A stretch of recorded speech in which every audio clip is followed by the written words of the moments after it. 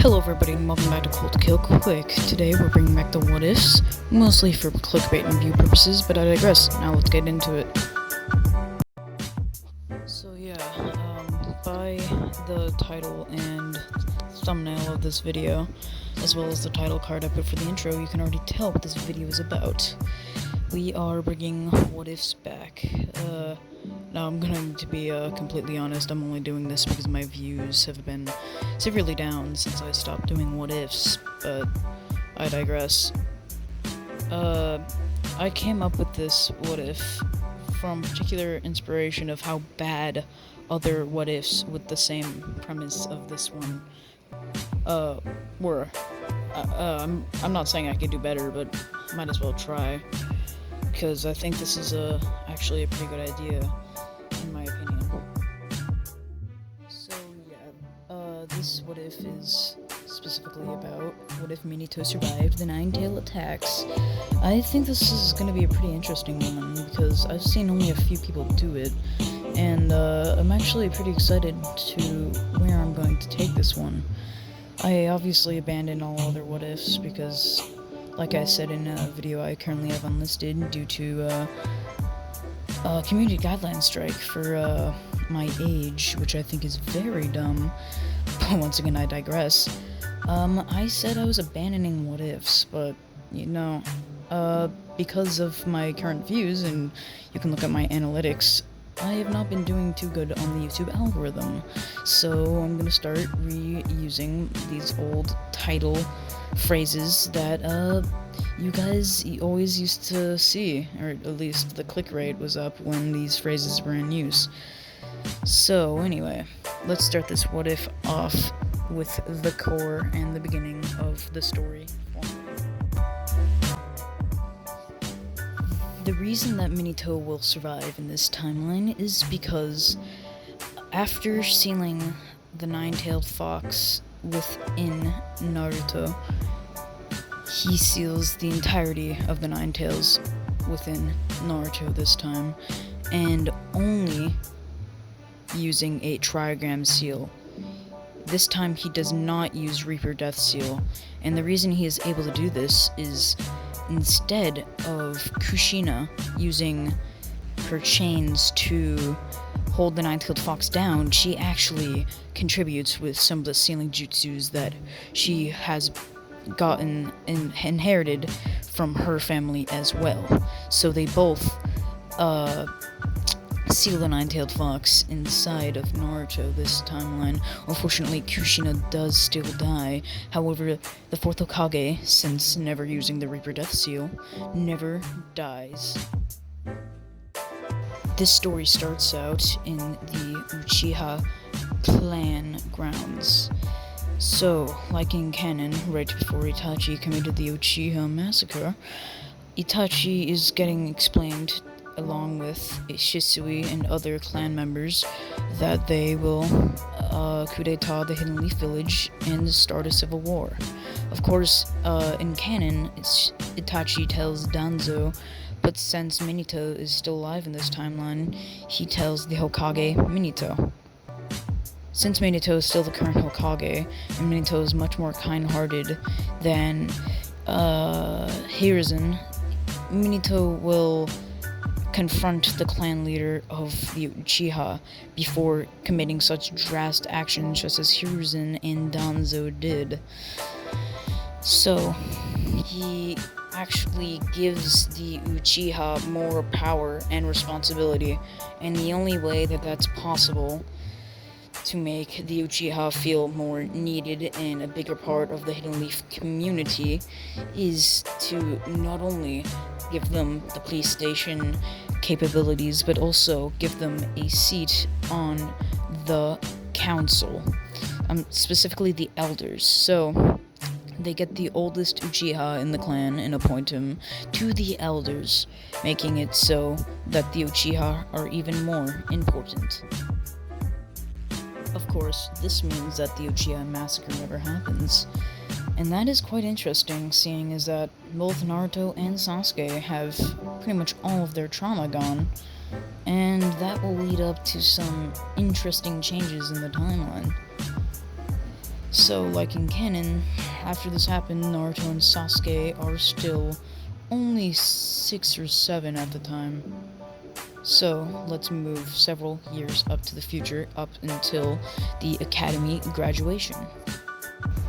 This day, since Minato has disciplined Naruto much better than the orphan Naruto was ever disciplined, he does show up to all of his classes, gets good grades, although still coming in second place with chakra control, seeing as that he is full Jinchuriki of the Nine-Tailed Fox. So, the number 1 is still given to Sasuke.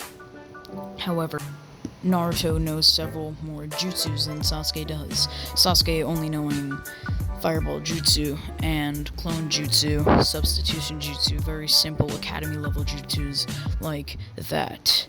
Naruto, on the other hand, has been taught several jutsus by his father and Jiraiya the Toad Sage. He knows Shadow Clone Jutsu as well as having the Toad contract, and he can also do his own jutsu that he created, Wind Style 1000 Cuts. This is only a B-class jutsu, seeing as that it is small wind cuts that can only inflict Genin to Chunin to lower Jonin level opponents. However, it's still very impressive jutsu, seeing as that a Genin created his own jutsu. So, when the final graduation comes up and Iruka-sensei asks for multiple shadow clones, or clones, Naruto can perform much more than Sasuke. However, Sasuke's do look more accurate with his transformation jutsu. So, when the final results come out, number 1 is Naruto, followed by Sasuke, followed by the canon list. However, the reason that Team 7 stays completely canon is because one of the deals between the Uchiha and the 4th Hokage was that the Uchiha's son, Sasuke, would be able to serve with the son of the 4th Hokage almost as a guardian, or at least partner, just so they could be on equal level of importance and mission rank, giving prestige to both of them. They still get assigned to Kakashi's team, just like canon, and Kakashi asks them to meet them at a training field. The events that follow are the same as canon, seeing as that Naruto, Sasuke, and Sakura still don't have the best of teamwork, and Naruto, even though being considerably buffed in this timeline, doesn't have the necessary skills to win much more than he did in the original timeline. However, he is not caught, Sakura is, meaning that Sakura is the one tied up, and Naruto shares with his crush, Sakura. And since everyone knows Naruto is much cooler of a kid, she actually has a crush on Sasuke and Naruto. She would have preferred either of them to give her lunch, but she still appreciates that it's Naruto equally as much as she would if it was Sasuke. Meaning that things could get very complicated with Hinata, Sakura, and Naruto. Anyway, since Naruto gave his lunch to Sakura, Kakashi passes them all, and goes to the 4th Hokage. The 4th Hokage assigns them a few Genin-level missions, although that pisses off Sasuke and Naruto. After a few of these Genin-level easy missions for these two prodigies, they ask for something more difficult. So, Hiruzen delivers, gives them the Land of Waves mission. Everything happens the same as canon, up until those two ninja that tried to assassinate Kakashi and Team 7 while they were on the road with going to the Land of Waves, I believe. So those two ninja, instead of Sasuke being the only one to defeat them, Naruto also defeated one of them, meaning that Kakashi is impressed with both of them, and Naruto never makes that speech about never turning back. However, he still internalizes it nevertheless. And once again, everything is the same as canon up until Kakashi gets captured, because Kakashi will still tell them to stand back, and they reluctantly would have to agree. This time, when Zabuza sends his water clones, the combination and team, although not being very well thought out and tested up until this point, that being Naruto and Sasuke, are able to take out the Zabuza water clone. And Naruto and Sasuke do the exact same thing they do in canon, as in Naruto transforms into a shuriken, teleports behind Zabuza, and frees Kakashi, except this time, Naruto and Sasuke then team up with Kakashi to deal further damage to Zabuza. This makes Haku come out early, before Zabuza is defeated and before Kakashi does Water Dragon Jutsu, meaning that it's Naruto, Sasuke, although being buffed, still not very high up in terms of the power level, and Kakashi versus Haku and Zabuza, although Zabuza is considerably injured. So, this fight can go one of two ways, and I decided that Naruto and Sasuke will be knocked out, although after doing considerable damage to the duo, and Kakashi will then unlock his Mangekyo Sharingan to defeat Haku and Zabuza. He quickly kamuis instinctively Zabuza's arm away, and Haku then grabs Zabuza and goes off. Kakashi will not fully master his Mangekyo Sharingan until the mid-terms of the Chunin exams. However, it is in his disposal when he gets extremely angry. That's the one thing that changes for Kakashi up until this point. But Kakashi, Sasuke, and Naruto are all passed out from exhaustion, leaving Sakura and the bridge builder to have to carry them to the Land of Waves, which makes the journey considerably more difficult for them, although they don't run into anyone, so that's a good thing, I suppose. After a considerable amount of time, they finally make it back to the Land of Waves and the bridge builder's house.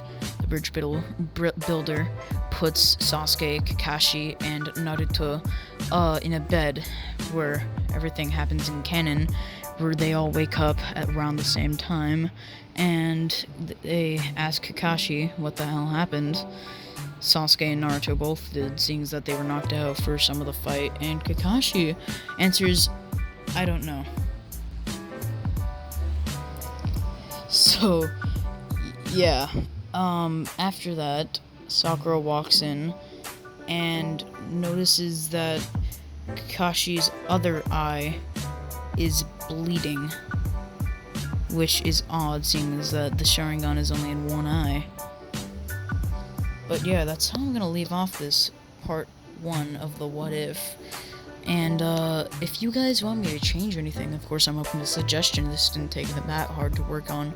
If you guys really want to change anything at this time, please do leave it in the comments. Make sure to like, subscribe, turn on notifications, and according to my analytics, only 34% of you that watch these videos subscribe, and like, most of you click off after the first 10 seconds, which is actually extremely sad, seeing that my views are very down in the first place. But yeah, I'd really appreciate it if you guys like, subscribe, turn on post notifications, maybe share the video, share it to a Discord server, upload it on a subreddit. But yeah, that's all I'm gonna do for today. Seriously, I hope you guys did enjoy the return of What Ifs, and if you guys have any What If suggestions after I'm done with this one, feel free to leave any suggestions in the comments below, because obviously I'm always open to them. Don't worry, I won't shut you down or anything. But yeah, seriously, like, subscribe, turn on post notifications, and I'll see you guys in the next video, whenever that may be. I am quite busy in the near future, but yeah, see you guys, see you guys next time. Bye.